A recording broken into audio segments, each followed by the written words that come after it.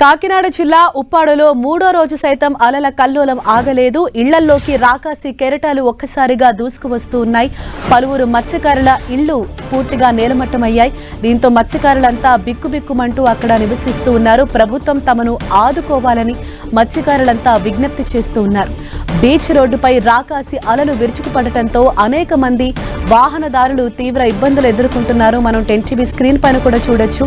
ఉప్పాడలో మూడో రోజు అలలు కల్లోలం సృష్టిస్తున్నాయి. అక్కడ నుంచి ఆ రోడ్డు క్రాస్ చేయాలి అంటేనే వాహనదారులు తీవ్ర ఇబ్బందులు పడుతున్నారు. చాలా స్లోగా అక్కడ నుంచి వెహికల్స్ అన్నవి మూవ్ అవుతున్నాయి. పూర్తిగా అక్కడ ఏర్పాటు చేసిన వాల్ని దాటి రోడ్డుపైకి పెద్ద ఎత్తున అలలు ఎగిసిపడి రోడ్డుపైకి రావడంతో రోడ్డుపైన కూడా ఒకవైపు పగుళ్లు ఏర్పడుతున్నాయి. మరోవైపు అటు నుంచి వచ్చిపోయే వాహనదారులు కూడా తీవ్ర ఇబ్బందులు పడుతున్నారు. కొంతమంది స్కిడ్ అయి కూడా అక్కడ పడిపోతున్నారు. దీంతో ఇటు అధికారులు సైతం ఎవరూ బీచ్ వైపు రావద్దు అని చెప్పేసి విజ్ఞప్తి చేస్తూ ఉన్నారు. మరోవైపు భారీ అలల తాకిడికి అక్కడ మత్స్యకారుల నివాసాలు పూర్తిగా నేలమట్టమైపోయాయి. తమను ఆదుకోవాలి అని మత్స్యకారులు విజ్ఞప్తి చేస్తున్నారు. మరింత సమాచారంతో మా ప్రతినిధి శ్రీనివాస్ మనకు అందుబాటులో ఉన్నారు.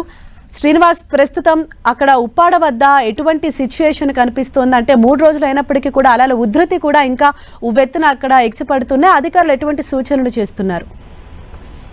హరీష, తుఫాను తాకిడి మనకి లేకపోయినప్పటికీ కూడా ఈ తుఫానుతో ఏర్పడినటువంటి సముద్రపు అలలు అయితే కూడా ఇంకా ఉప్పాడ ప్రాంతంలో ఎగిసిపడుతూనే ఉన్నాయి. సూరాడపేట, మాయాపట్నంలో గతంలో వేసినటువంటి జియో ట్యూబ్ గట్టు ఈ అలల తాకిడికి పూర్తిగా ధ్వంసం కావడంతో సముద్రపు నీరు అక్కడ ఉన్నటువంటి మత్స్యకారుల ఇళ్లలోకి చొచ్చుకొచ్చింది. దీంతో ఆ 2 గ్రామాల్లో ఉన్నటువంటి సుమారు 10 ఇళ్ల వరకు కూడా పూర్తిగా ధ్వంసం అయ్యాయి.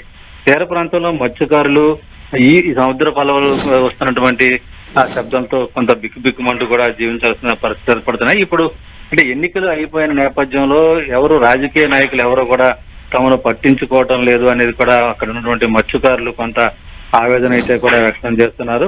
నిన్నటి నుంచి కూడా అలల ఉధృతి అయితే కూడా పెరిగింది. ఈ రోజు మరింతగా ఆకాశాలు ఎగిసిపడటంతో సముద్రపు తీరంలో ఉన్నటువంటి ఆ ప్రాంతాలంతా కూడా కొంత అలజడిగానే ఉన్నాయి.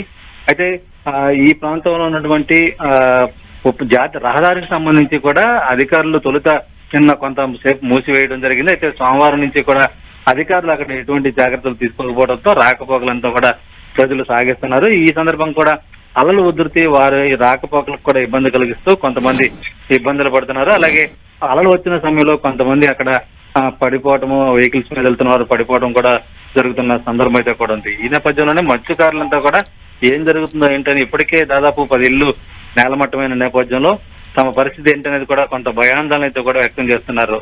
హరీష, శ్రీనివాస్, అంటే మరి అధికారులు ఏమన్నా ప్రత్యామ్నాయ ఏర్పాట్లు ఏమైనా చేస్తున్నారంటే చాలా మంది మత్స్యకారుల నివాసాలు కూడా పూర్తిగా నేలమట్టం అయిపోయి వారు రోడ్డు మీదకి వచ్చేసామని వారు విజ్ఞప్తి చేస్తున్నారు. అంటే ఏమైనా ప్రత్యామ్నాయ ఏర్పాట్లు చేస్తున్నారా?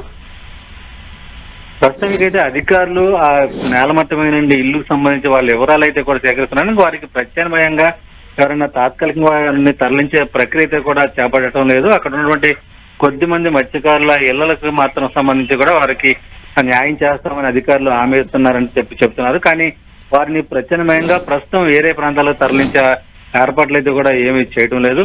అయితే అలల ఉధృతి ఇంకా పెరిగితే ఇంకా ఆ ఇళ్ల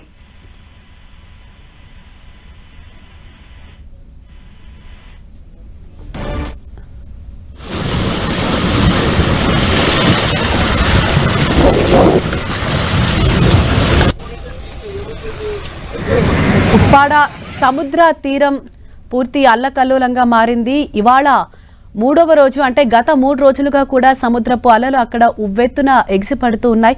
సోమవారం ఉదయం నుంచి సుబ్బంపేట నుంచి ఎస్పీజీఎల్ వరకు భారీ అలలు విరుచుకుపడ్డాయి. సూరాడపేట, మాయాపట్నంలో గతంలో వేసిన జియో ట్యూబ్ గట్టు పూర్తిగా ధ్వంసం కావటంతో రాకాసి అలలు ఇళ్లలోకి చొచ్చుకు వచ్చాయి. దీంతో మత్స్యకారులకు చెందిన 10 ఇళ్లు పూర్తిగా నేలమట్టమయ్యాయి. రాకాసి అలల ధాటికి ఇళ్లు నేలమట్టం కావటంతో తీర ప్రాంతాల్లో మత్స్యకారులు బిక్కుబిక్కుమంటూ నివసిస్తున్నారు. తమను తక్షణమే ప్రభుత్వం ఆదుకోవాలని వారు కోరుతున్నారు. మరోవైపు ఆదివారం నామమాత్రంగా అధికారులు మూసివేసిన ఉప్పాడ బీచ్ రోడ్ను సోమవారం తెల్లారేసరికి యథావిధిగా వదిలేయటంతో బీచ్లో ప్రజలు అక్కడ ఎంజాయ్ చేసేందుకు కూడా భారీగా వస్తూ ఉన్నారు. దీంతో ఉప్పాడ కాకినాడ రోడ్డుపై భారీ అలలు విరుచుకుపడటంతో పలువురు వాహనదారులు తీవ్ర ఇబ్బందులకు గురయ్యారు. ఎవరూ కూడా బీచ్ వైపు రావద్దని అధికారులు ఇప్పటికే విజ్ఞప్తి చేస్తూ ఉన్నారు. ఎందుకంటే భారీ ఎత్తున అలలు ఎగిసిపడుతున్నాయి కాబట్టి ఏదైనా ప్రమాదం జరిగే అవకాశం ఉంది. అందుకనే ఎవరూ కూడా ఇటువైపు రావద్దని విజ్ఞప్తి చేస్తూ ఉన్నారు. మరోవైపు ఇటు వాహనదారులకు సైతం కొన్ని సూచనలు చేశారు. ఆ రోడ్డు వైపు వెళ్లేవారు చాలా జాగ్రత్తగా డ్రైవ్ చేయాలని సూచిస్తూ ఉన్నారు. ఎందుకంటే ముఖ్యంగా ద్విచక్ర వాహనదారులు అక్కడ స్కిడ్ అయ్యే ప్రమాదం ఉంది. ఆ అలలు కూడా పూర్తిగా రోడ్డుపైకి భారీ ఎత్తున వస్తున్నాయి కాబట్టి చాలా నిదానంగా వెళ్ళాలి, జాగ్రత్తలు వహించాలని ఇటు అధికారులు సైతం సూచిస్తూ ఉన్నారు. మరోవైపు ఇటు తీర ప్రాంతాల్లో నివసించే మత్స్యకారుల ఇల్లు నేలమట్టం అయ్యాయో వారికి తాత్కాలిక షెల్టర్స్ను ఏర్పాటు చేసేందుకు కూడా అధికారులు అక్కడ ప్రయత్నిస్తూ ఉన్నారు. తమను ప్రభుత్వం ఆదుకోవాలని ఒకవైపు మత్స్యకారులు సైతం విజ్ఞప్తి చేస్తున్నారు.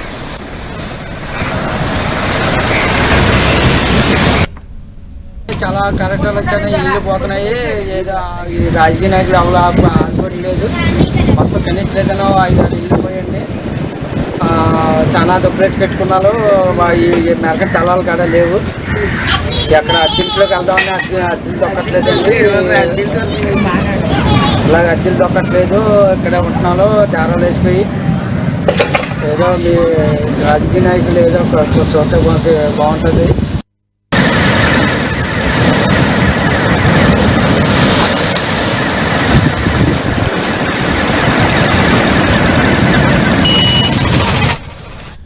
ఉప్పాడ వద్ద రాకాసి అలలు వెత్తున ఎగిసిపడుతూ ఉన్నాయి. పలువురు మత్స్యకారుల ఇళ్లు పూర్తిగా నేలమట్టమయ్యాయి. మరోవైపు వాహనదారులు కూడా అటుగా వెళ్లే రాకపోకలకు తీవ్ర అంతరాయం ఏర్పడుతోంది. వాహనదారులు కూడా తీవ్ర ఇబ్బందులు ఎదుర్కొంటున్నారు.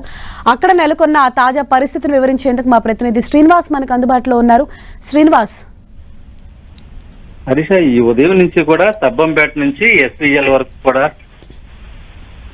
ప్రాంతంలో కూడా ఆకాశాలని కూడా ఎగిసి పడుతున్నాయి. అయితే నిన్నటి నుంచి కూడా అలలు ఉధృతి పెద్ద ఎత్తున ఉంది. ఈ నేపథ్యంలోనే ఉప్పాడ, కాకినాడ ఆ ప్రాంతంలో ప్రయాణించే ప్రయాణికులు సముద్రం సరిపడి ఆ రోడ్లో ప్రయాణిస్తున్న సందర్భంలో వాళ్ళంతా కూడా ఇబ్బందులు అయితే కూడా ఎదుర్కొన్న పరిస్థితి అయితే కూడా ఉన్నాయి. ముఖ్యంగా తోరాడుపేట, మాయాపట్నంలో గతంలో వేసినటువంటి జియో ట్యూబ్ గట్టు పూర్తిగా ధ్వంసం కావడంతో ఆ సముద్రపు నీరంతా కూడా అక్కడ ఉన్నటువంటి మత్స్యకార ఇళ్లలోకి మరింతగా చొచ్చుకు వస్తుంది. దీంతో ఆ మత్స్యకారుల ఇళ్ళ అక్కడ ఉన్నటువంటి వాళ్ళంతా కూడా భయాందోళన వ్యక్తం చేస్తూ వెంటనే ఈ గట్టు జియో ట్యూబ్ గట్టుని మరింత పటిష్టపరిచే విధంగా కూడా చర్యలు తీసుకోవాలి. ఇళ్లలోకి నీరు రాకోకుండా తీసుకోవాల్సిన జాగ్రత్తలపైన అధికారులు దృష్టి సారించాలని వాళ్ళంతా కూడా కోరుతున్నారు. ముఖ్యంగా ఎన్నికల సమయం అయిపోవడంతో ఎవరు కూడా తమ ఇంకా చూడటం లేదనేది కూడా మత్స్యకారులంతా కూడా కొంత ఆవేదన వ్యక్తం చేస్తున్నారు. హరీష, శ్రీనివాస్, అంటే మొదటగా ఆదివారం రోజు అంటే బీచ్ రోడ్ క్లోజ్ చేశారు, మళ్ళీ కూడా రీఓపెన్ చేశారు. దీంతో చాలా మంది హాలిడేస్ కూడా కావడంతో పిల్లలు ఎక్కువగా బీచ్ వైపు వెళ్తూ ఉన్నారు. అంటే ఈ నేపథ్యంలో ఏమైనా సూచనలు, హెచ్చరికలు చేస్తున్నారా అధికారులు? నిన్న నామమాత్రంగా అధికారులు అది బీచ్ రోడ్ ని పూర్తిగా మూసివేయడం జరిగింది. అయితే ఈ రోజు ఉదయం నుంచి కూడా అక్కడ బీచ్ రోడ్డుకు సంబంధించి ఎవరు కూడా అధికారులు పట్టించుకోకపోవడంతో అక్కడ ఉన్నటువంటి స్థానికులు పెద్ద ఎత్తున యువకులంతా కూడా అక్కడికి వచ్చి సెల్ఫీలు దిగటం, అలాగే ఫోటోలు దిగటం వంటి కార్యక్రమాలు చేస్తున్నారు. ఈ నేపథ్యంలోనే వారిపైకి జరగరాని ప్రమాదమైనా జరిగితే కూడా కొంత ఇబ్బందులు ఎదుర్కొంటారు. అయితే కానీ ఆ సరైన జాగ్రత్తలు అయితే కూడా అధికార యంత్రాంగం తీసుకున్న సందర్భం కనపడడం లేదు. Harish, thank you Srinivas.